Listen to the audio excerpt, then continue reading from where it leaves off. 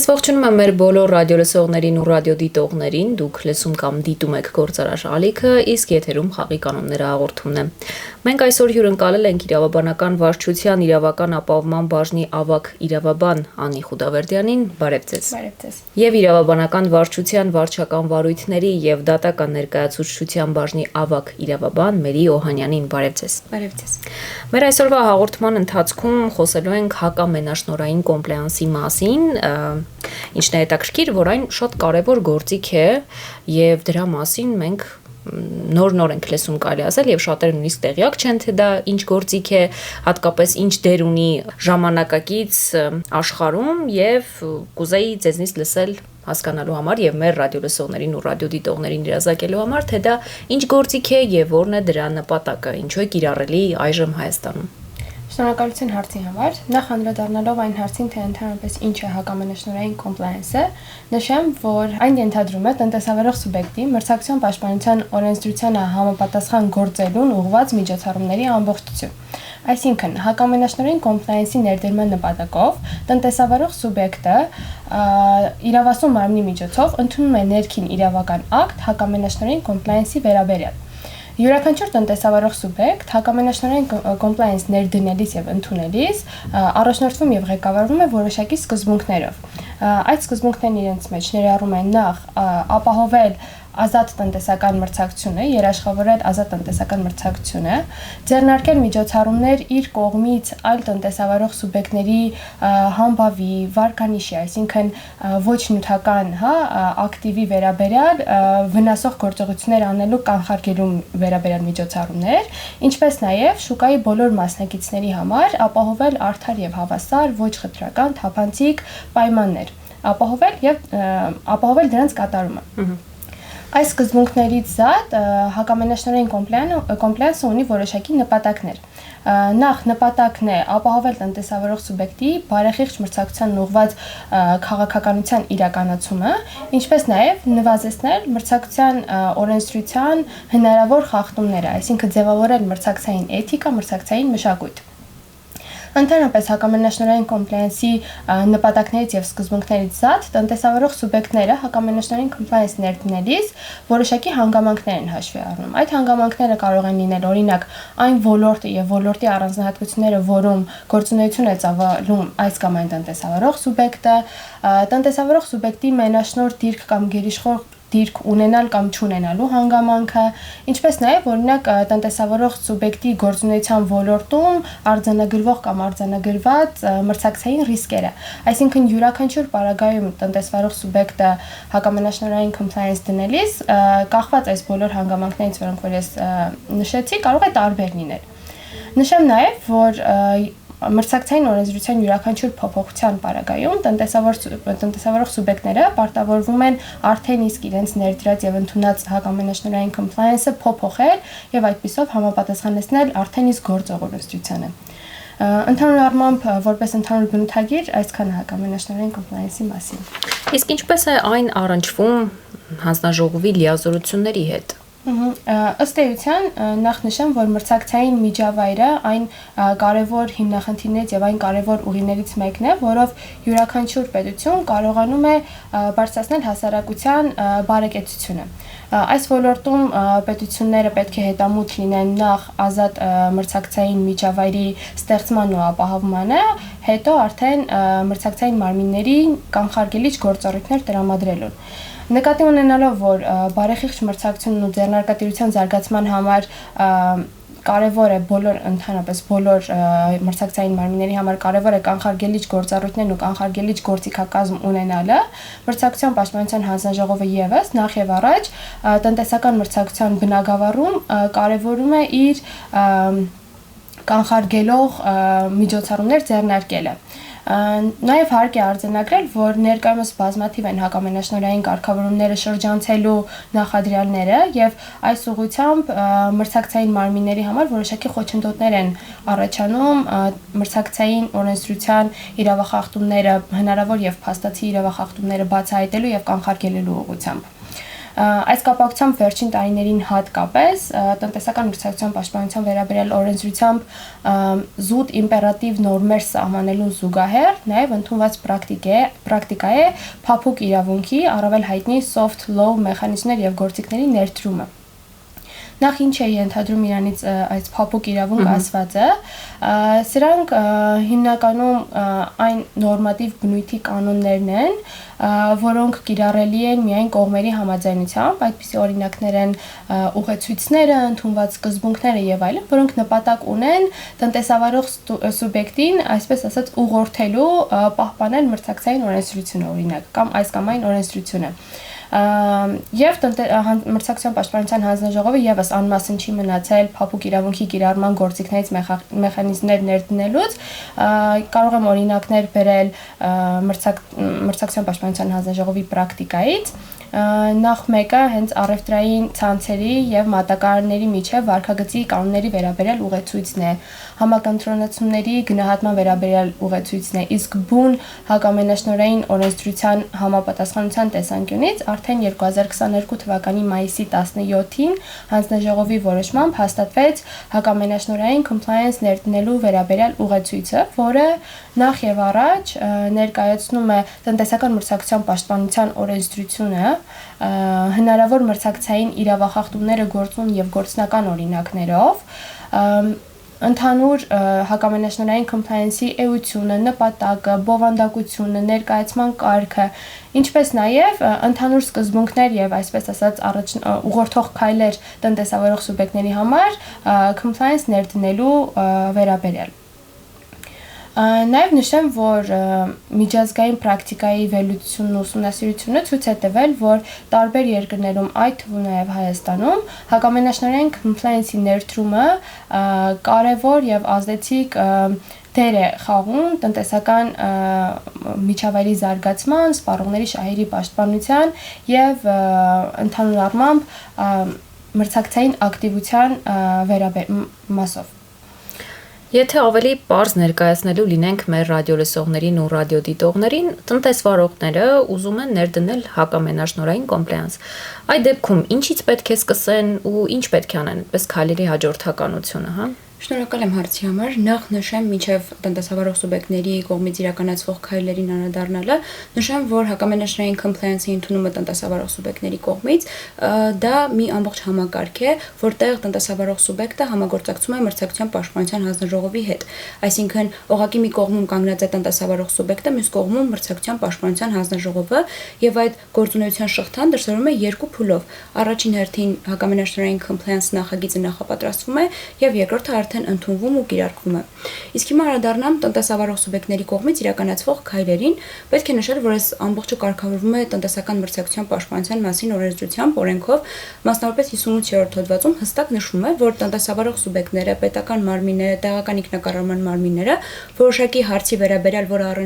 կապված կլինի տնտեսական մրցակցության սահմանափակմանը, կանխմանը, սպառողների շահերի պաշտպանությանը, տնտեսական մրցակցության արգելափակման եւ այլ հարցերի վերաբերյալ, որ կարող է առաջանալ մրցակցության պաշտպանության հետ կապված, կարող են դիմում ներկայացնել եզրակացություն ստանալու նպատակով մրցակցության պաշտպանության հանձնաժողով։ Սա այն ամբողջ ընթացակարգն է, որի միջոցով տնտեսավարող սուբյեկտները կարողանում են իրենց հակամենաշնորհային compliance-ը որպես անհատական ակտ ներկայացնել մրցակցության պաշտպանության հանձնաժողովին եզրակացություն ստանալու նպատակով։ Պետք է նշել, որ մրցակցության պաշտպանության մասին օրենքով կա հստակ նախատեսված պահանջներ, որոնք ներկայացում են դիմումին։ Դիմումը բացի տեխնիկական պահանջներից, որոնք չանդրադառնան մանրամասն, կա հստակ պահանջներ բովանդակության հետ կապված, որը որ պետք է տնտեսավարող սուբյեկտի կողմից պահպանվի, որպեսզի հանձնաժողովը քննարկի այդ դիմումը եւ ուսումնասիրի հակամենաշնորհային compliance-ը։ Մասնավորապես դիմում պետք է նշված լինեն եզրակացության պարզաբանման ենթակա հարցերի վերաբերյալ հարցերն ամբողջությամբ, հետո հարցերի վերաբերյալ տնտեսավարող սուբյեկտի դիրքորոշումը։ Բայց այս ամենով հանձնաժողովի դիմումը չի սահմանափակում, դիմումի մեջ պետք է նշվեն նաև թե տվյալ ապրանքային շուկայում, մրցակցության ոլորտում ինչ տնտեսավարող սուբյեկտներ են գործունեություն իրականացնում նրանց միջև առկա կապերը, եթե իհարկե դրանք կան, եւ եթե իհարկե այդ հակամենաշնորհային compliance-ը վերաբերում է հենց այդ հարցերին։ Թե ինչ տնտեսավարող սուբյեկտներ կան, ինչ կապեր կան նրանց միջև, ինչ գործունեություն են իրականացնում եւ մրցակցային շուկայի վերաբերյալ տվյալ տնտեսավարող սուբյեկտի կարծիքը, դիրքորոշումը։ Այս ամբողջը կից տեղեկատվության փաստաթղթերի հետ միաժամանակ տնտեսավարող սուբյեկտը ներկայացնում է հանձնաժողովին, բայց այս ամենով էլ դեռ չի սահմանափակում, որովհետև ինչպես նշեցի, այդ պահանջները ձևական չեն, եթե պահանջները չեն համապատասխանում օրենքի սահմանված դրսևորումներին, այսինքն կան ինչ-որ թերացումներ, վրիպակներ եւ այլն, հանձնաժողովը չի քննարկում դիմումը եւ նախագահի գրությամբ երրորդյա ժամկետում տնտեսավարող սուբյեկտին տեղեկացնում է առկա սխալների մասին, ամբողջությամբ գրության մեջ նշվում է, թե ինչ սխալներ կան, տալիս է շտկման հնարավորություն։ Իսկ եթե անդրադառնալու լինենք այս գործընթացում հանձնաժողովի մասնակցությանը, ինչ կավելացնեք։ Ես ինչպես խոսքի սկզբում նշեցի, սա տրամաբանական շղթա է, որի մի կողմում տնտեսավարող սուբյեկտների իրավունքով, իսկ մյուս կողմում մրցակցության պաշտպանության հանձնաժողովը իր համապատասխան պարտականություններով։ Այսինքն, եթե տնտեսավարող սուբյեկտը ներկայացնում է հակամենաշնորհային compliance ծրագրի դիմումը, դրա վերաբերյալ եզրակացություն ստանալու դիմումը, ապա մրցակցության պաշտպանության հանձնաժողովը ուսումնասիրում է այդ դիմումը եւ տալիս է եզրակացություն, եւ այս ամենը եւս օրենսդրական հստակ կարգավորումներ ունի, մասնավորապես կրկին տնտեսական մրցակցության պաշտպանության մասին օրենքով հստակ սահմանում է, որ հանձնաժողովը ունի ուսումնասիրություն իրականացնելու ժամկետ, 1 ամսյա ժամկետում տնտեսական մրցակցության պաշտպանության հանձնաժողովը ուսումնասիրում է այդ դիմումը եւ դիմումում նշված հարցերի վերաբերյալ տալիս է եզրակացություն։ Սակայն կարող են լինել դեպքեր, երբ օրինակ տվյալ հարցը կախված տվյալ գործի փաստական հանգամանքներից կամ բազմակողմային լրիվ օբյեկտիվ քննություն իրականացնելու անհրաժեշտությունից կարող են օրինակ քննությունը ավելի երկար իրականացվել եւ այդ 1 ամսյա ժամկետը հանձնաժողովը իրավունք ունի երկարաձգել եւս 1 ամսյա ժամկետով։ Հանձնաժողովը ուսումնասիրություններն իրականացնում է եւ եզրակացությունը տրամադրում է ոչ միայն իր բազային տվյալներով եւ արկա տեղեկատվության ու փաստաթղթերի կից փաստաթղթերի շրջանակներում, այլ նաեւ իրավունք ունի այլ տնտեսավարող սուբյեկտներից, պետական մարմիններից, տեղական ինքնակառավարման մարմիններից եւ ինչու՞ չէ նաեւ այդ դիմումը ներկայացնող տնտեսավարող սուբյեկտից պահանջելու տեղեկատվություն գրությամբ եւ վերջիններս պարտավոր են տրամադրել դա, սակայն եթե ինչ-ինչ պատճառներով տեղեկատվություն չի տրամադրվում, հանձնաժողովը տվյալ հարցի վերաբերյալ եզրակացություն ընդունում է առանց համապատասխան բովանդակության տեղեկատվության եւ այդ մասին նշում է կատարվում։ Իսկ ամենակարևորը, երբ որ հանձնաժողովը ընդունում է եզրակացություն օրինակ հակամենաշնորհային compliance ծրագրի վերաբերյալ, դիմումի արդյունքով ընդունված եզրակացությունը պարտադիր է այդ դիմումն ուղարկած տնտեսավարող սուբյեկտի համար, միայն մի խորհրդատվական եզրակացության օրինակ կա, եւ օրինակ նորմատիվ իրավական ակտերի շուրջ տալիս է հանձնաժողովը եզրակացություն, ապա դա խորհրդատվական նշանակություն ունի, դա պարտադիր չէ, բայց տնտեսավարող սուբյեկտը ով ներկայացնում է հակամենաշնորհային compliance-ի ծրագիր, նրա համար դիմումով արդյունքում կազմված եզրակացությունը, եթե արդեն ընդունվել է եւ պատրաստ է, պարտադիր է։ Եվ եթե օրինակ բերեմ, տնտեսավարող սուբյեկտները, եթե հակամենաշնորհային compliance-ի մեջ հանձնաժողովը ուսումնասիրել է, ուսումնասիրության արդյունքում գրել է, որ տնտեսավարող սուբյեկտի կողմից X համաձայնությունների գալը կարող է որակվել որպես իրավախախտում, օրենքի խախտում, ապա վերջիններս պետք է զերծ մնան նման համաձայնություններից։ Սա նրանց համար արգելված վարքագիծն է, իսկ միևնույն ժամանակ կարող են լինել լիազորող նորմեր, որոնք որ թույլ կտան, որ տնտեսավարող սուբյեկտը X վարքագծով շարժվի։ Այդ դեպքում եւ նա եւ մյուսը պարտադիր են տնտեսավարող սուբյեկտների համար։ Իսկ արդեն հանձնաժողովը ստացել է հակամենաշնորհային compliance ծրագրեր եւ ինչ եզրակացությունների է հանգել այդ ծրագրերի գնահատման առնչությամբ։ Այո, մրցակցության պաշտպանության հանձնաժողովի գործունեության ընթացքում բազմիցս տնտեսավարող սուբյեկտների կողմից ներկայացվել են հակամենաշնորհային compliance ծրագրեր, ուղղված տնտեսական մրցակցության պաշտպանության օրենսդրության համապատասխանության ապահովմանը եւ գնահատմանը։ Մասնավորապես ընդգծեմ, որ նմանօրինակ հակամենաշնորհային compliance ծրագրեր հանձնաժողովում ստացվել են օրինակ դեղերի շրջանառության ոլորտում գործող տնտեսավարող սուբյեկտների կողմից, որոնք իրենց գործունեությունը ծավալելով այս ոլորտում եւ հաշվի առնելով այս ոլորտի առանձնահատկությունները, զգայուն բնույթը ոլորտի, մշակում եւ ներկայացնում են ծրագրեր, որպեսզի վստահ լինեն, օրինակ, որ իրենց գործունեությունը համապատասխանում է տնտեսական մրցակցության պաշտպանության օրենսդրությանը եւ բնականաբար խուսափեն արդեն մրցակցային ռիսկերից։ Բացի դրանից հանձնաժողովում ստացվել են նաև հակամենաշնորհային compliance ծրագրեր, օրինակ խաղային ոլորտի տնտեսավարող սուբյեկտների կողմից, այլ խոշոր տնտեսավարող սուբյեկտների կողմից, որոնք իրենց գործունեությունը ծավալում են տարբեր ոլորտներում եւ տարբեր չափերով, տարբեր ծավալներով եւ ունեն մեկ ընդհանուր, այսպես ասած, նպատակ՝ խուսափելու մրցակցային ռիսկերից եւ ստեղծելու առողջ մրցակցային միջավայր իրենց գործունեությամբ։ Ես նշեցի, որ ստացել ենք խոշոր բիզնեսների կողմից հակամենաշնորհային compliance, բայց կուզեմ նշել, որ այն ուղեցույցը, հակամենաշնորհային compliance ներդնելու մասին ուղեցույցը կիրառելի եւ վերաբերելի է թե խոշոր բիզնեսների, թե փոքր ու միջին ձեռնարկատիրությունների համար։ Եվ մենք եւս ստացել ենք տարբեր նախագծեր, տարբեր ծրագրեր compliance փոքր ու միջին ձեռնարկատիրություններից, փոքր ու միջին տնտեսավարող սուբյեկտներից։ Սա ապացույցն է այն բանի, որ compliance-ի ներդրումը, կոպիտ ասած, հասնում է իր վերջնական նպատակին եւ փոքր ու միջին թեկուզ ձեռնարկատիրությունների համար վկայում է, որ բոլոր տնտեսավարող սուբյեկտները նպատակ ունեն իրենց գործունեությունը համապատասխանեցնելու տնտեսական մրցակցության պաշտպանության օրենսդրությանը, նվազեցնելու ռիսկերը, այդպիսով ստեղծելով առողջ մրցակցային միջավայր, արդար մրցակցելու իրենց մրցակիցների հետ եւ պաշտպանելու թեկուզ սպառողների շահերը։ Ինչ վերաբերում է արդեն հանձնաժողովի լիազորությանը, հա, այս compliance ծրագրերը գնահատելու, այսպես ասած, հանձնաժողովը ծրագիրը ստանալուց հետո, ինչպես արդեն նշեցինք, ունի 1 ամսյա ժամկետ այն ուսումնասիրելու եւ համապատասխան եզրակացության որոշումը տրամադրելու եւ այս գործընթացում հանձնաժողովը նախ եւ առաջ ծրագիրը compliance-ը ուսումնասիրելիս ուշադրություն է դարձնում ծրագրում արտացոլված դրույթների համապատասխանությանը տնտեսական մրցակցության պաշտպանության օրենսդրությանը ուսումնասիրվում են մանրակրկտորեն նաև նախագծում արտացոլված այն բոլոր մեխանիզմները, որոնք որ այս կամ այն տնտեսավարող սուբյեկտը պատրաստվում է ներդնել, որպեսզի այն գործիքակազմը, որով որ կարողանալու է ապահովել արդեն համապատասխանությունը իր քայլերի, ինչպես նաև առանձին ուշադրություն է դարձվում ներքին վերահսկողական գործիքակազմին, այդ գործիքակազմի կիրառելիությանը գործնականում, թե ինչպես է, հա, օրինակ կոպիտ ասած թղթին գրվածը արտացոլվելու իրական մրցակցային միջավայրում։ Այսպիսով այս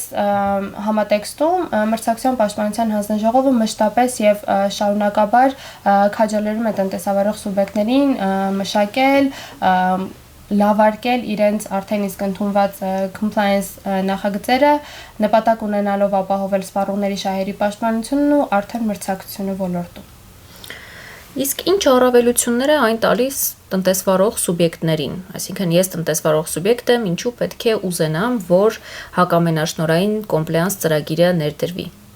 Ուրեմն տեսեք, հակամենաշնորհային compliance ծրագրի ներդրումը ունի շատ առավելություններ։ Նշենք, որ տնտեսական միջավայրում երբ որ գործունեություն են իրականացնում տնտեսավարող սուբյեկտները, ձեռնարկատիրական գործունեությունն իր բնույթով այնպիսին է, որ յուրաքանչյուր տնտեսավարող սուբյեկտ ձեռնարկատիրական գործունեություն իրականացնելիս ցանկանում է արդար մրցակցային պայմաններ, որի պայմաններում եւ ինքը եւ իր գործընկեր մյուս մրցակից սուբյեկտները կարող են արդար մրցակցել։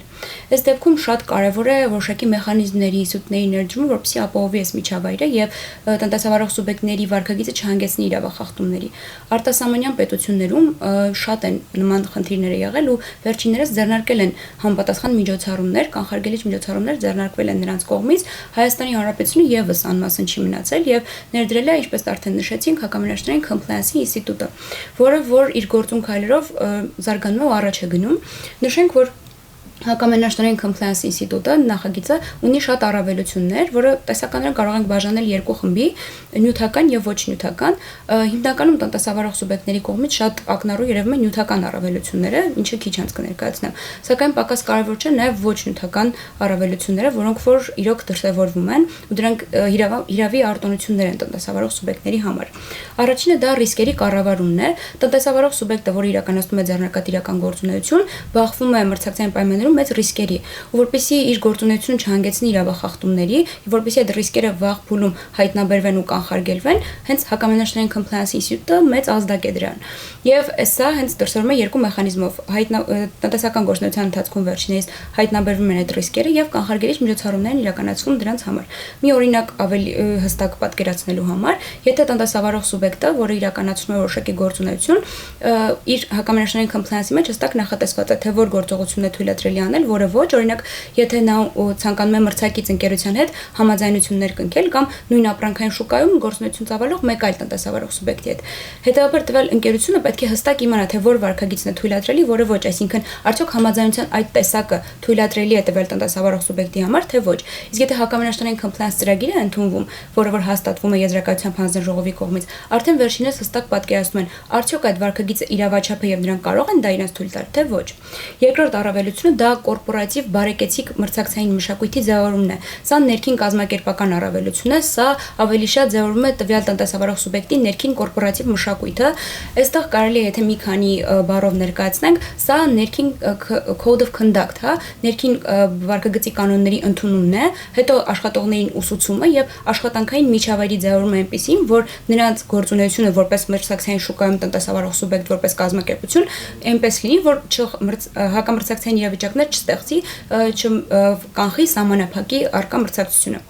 Եվ հաջորդ առավելությունը, որը թերևս ամենակարևորն է, դա գործարար հեղինակության բարելավումն է կամ գործարար համբավի բարելավումը։ Սա թերևս տնտեսավարող սուբյեկտների ամենակարևոր առավելություններից մեկն է, որովհետև վերջիներս իրենց գործունեությունն իրականացնում են մրցակցային շուկայում, որտեղ կան այլ տնտեսավարող սուբյեկտներ, թե տվյալ ապրանքային շուկայում, թե տվյալ ապրանքային շուկայից դուրս, որոնք որ եթե տեսնում են տնտեսավարող սուբյեկտին ու տեսնում են, որ նա ընդունել է տվյալ հարցի վերաբերյալ հակամենաշնորհային compliance, նրանք ընդունում են նրան որպես վստահելի, որպես արդար մրցակցությանը աջակցող սուբյեկտ եւ պրոֆեսիոնալ սուբյեկտ, որի հետ պատրաստ են համագործակցելու։ Այստեղից տրամաբանորեն գալիս է մյուս առավելությունը, որը ներդրումների եւ ներդրողների ավելացումն է։ Եթե դու որպես տնտեսավարող սուբյեկտ շուկայում հանդես ես գալիս վստահ պրոֆեսիոնալ սուբյեկտ, քեզ հետ ցանկանում են համագործակցել, հետաբար ներդրումներն ու ներդրողները ավտոմատ կերպով շատանում են։ Եվ մի հակառակ պատկեր ներկայացնենք, եթե օրինակ տնտեսավարող սուբյեկտը մենաշնորհ դիրքի չարաշահման իրավախախտում է իրեն թույլ տալիս, մամուլում հաղորդագրության տարածումը, որ օրինակ X տնտեսավարող սուբյեկտը թույլ է տվել գերիշխող դիրքի չարաշահում կամ մենաշնորհ դիրքի չարաշահում, արդեն տվյալ տնտեսավարող սուբյեկտի հեղինակության վրա դեպի վատը արձագանք է ունենում։ Հետևաբար, այս ամենից խուսափելու համար տնտեսավարող սուբյեկտները, երբ որ ընդունում են հակամենաշնորհային compliance եւ հասկանում են, թե որ վարքագիծն է, որ կարող է հանգեցնել իրավախախտման ու զերծ են մնում դրանից, արդեն իսկ որպես տնտեսական շուկայում մրցակցային իրավիճակում նրանք ընկալվում են որպես պրոֆեսիոնալ սուբյեկտներ։ Հաջորդ առավելություն դա խնայողություններն են, այսինքն մարդկային, ֆինանսական, ժամանակային։ Բիզնես գործունեության մեջ շատ հաճախ թվում է, թե ժամանակային, թվում է, թե ֆինանսական կողմն է ավելի կարևոր, բայց ավելի կարևոր է ժամանակային ռեսուրսները, ժամանակային ռեսուրսի խնայողությունը, որովհետեւ եթե տնտեսավարող սուբյեկտը իր ժամանակի հիմնական մասը տալիս է օրինակ հասկանալու, թե իր բիզնես գործունեությունը ինչպես կազմակերպի, որ իրավախախտող վարքագծից զերծ մնա, իսկ այնինչ կարող էր այդ ժամանակը ներդնել օրինակ բիզնես գործունեությունը կատարելագործելու մեջ, ապա դա շատ վատ է։ Դրա համար հակամենաշնորհային compliance-ի ընդունումը նպաստում է նրան, որ մարդիկ գնում են մարդկային, ժամանակային ռեսուրսների խնայողության, որը կրկին ոչ նյութական առավելություն է։ Իսկ նյութական առավելությունը, որը որ տնտեսավարող սուբյեկտների կողմից ընկալվում է, ու դա է հենց հիմնական հիմքը ցավոք սրտի լինում, որ վերջինս ընդունում են հակամենաշնորհային compliance, դա տնտեսական մրցակցության օրենքով սահմանված մեթոդաբանությամբ տուգանքի պատասխանատվության միջոցի ընտրության եւ տուգանքի հաշվարկման մեթոդաբանությամբ սահմանված մեղմացուցիչ հանգամանքն է, այսինքն հակամենաշնորհային compliance-ի ընդունումը տնտեսավարող սուբյեկտի կողմից դիտարկվում է որպես մեղմացուցիչ հանգամանք իդեմս համագործակցություն մրցակցության պաշտպանության հանձնաժողովի հետ։ Դա ունի երկու դրսևորում։ Երբ որ տնտեսավարող սուբյեկտը ընդունում է հակամենաշնորհային compliance-ը եւ դրանից հետո առաջին անգամ իրավախախտում է թույլ տալիս, ապա այս դեպքում դա որպես մեղմացուցիչ հանգամանք հանձնաժողովի կողմից դիտարկվում է։ Եվ երկրորդ դեպքը, երբ որ իրավախախտման վերաբերյալ վարույթ հարուցելու մասին որոշումից հետո տնտեսավարող սուբյեկտը թույլ է տալիս խախտում եւ միջև խախտման վերաբերյալ որոշում կայացնելն արդեն հակամենաշնորհային compliance-ը ընդունում է եւ ներկայացնում է հանձնաժողովի հաստատմանը։ Այս դեպքում դա եւս դիտարկվում է մեթոդաբանությամբ որպես մեղմացուցիչ հանգամանք որոշակի խումբ իրավախախտումների դեպքում։ Սակայն պետք է նշել, որ հավասար կարևոր են եւ իմ նշած ոչ նյութական եւ նյութական առավելությունները եւ տնտեսավարող սուբյեկտների կողմից այս ամենը հիմք ընդունելով վերջիններս ջանում են ընդունել հակամենաշնորհային compliance-ներ կարգավորելու իրենց վարքագիծը մրցակցության ոլորտում։ Շնորհակալություն շատ ձեզ հետ զրույցը այսպես իրազեկող բնույթ ուներ մեր բոլոր այն ռադիոլսողներին ու ռադիոդիտողներին, ովքեր նաև տնտեսվարող սուբյեկտներ են եւ ովքեր ցանկություն կունենան ներդնելու այս հակամենաշնորհային compliance ծրագիրը։ Իսկ ես մեր ռադիոլսողներին ու ռադիոդիտողներին ուզում եմ հիշեցնել, որ եթերում խաղի կանոնները հաղորդումներ, որը մենք իրականացնում ենք մրցակցության պաշտպանության հանձնաժողովի հետ համատեղ, իսկ դուք շարունակեք մեզ լսել ամեն հինգշաբթի։